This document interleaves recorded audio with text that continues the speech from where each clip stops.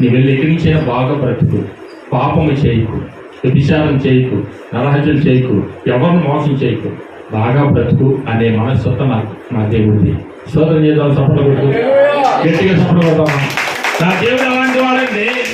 ఎలాంటి వాడంటే ఎదిసారి సైతం ప్రేమించి తన జీవితాన్ని మార్చి, తాగుబోతుని సైతం ప్రేమించి తన బ్రతుకుని మార్చి, ఆ దుష్టత్వం ఉన్న వారిని ప్రేమించి వారి పాపాన్ని తీసివేసి ఎలాగైనా సరే మంచి మార్గంలోకి నడిపించి, మంచి బాటలో నడిపించి 10 మందిలో మంచి పేరు తెచ్చుకోవాలని దేవుడి యొక్క ఉద్దేశం.